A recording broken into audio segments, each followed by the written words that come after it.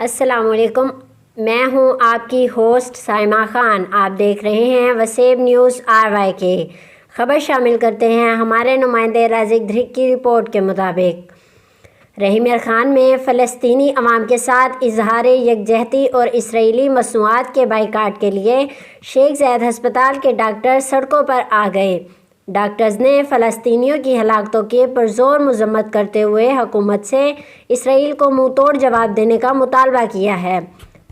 فلسطینی عوام کے ساتھ اظہار یکجہتی کے لیے شیخ زاید ہسپتال گرینڈ ہیلتھ الائنس کے زیر اہتمام احتجاجی ریلی نکالی گئی۔ ریلی ہسپتال OPD سے شروع ہو کر سٹی پول سے ہوتے ہوئے دعا چوک پر اختتام پذیر ہوئی۔ احتجاجی ریلی میں ڈاکٹر امجد، ڈاکٹر اکمل، ڈاکٹر فہیم، ڈاکٹر غفار، YNA کی صدر ساجدہ اور ڈاکٹر سائرہ سمیت ڈاکٹرز کی بڑی تعداد نے شرکت کی۔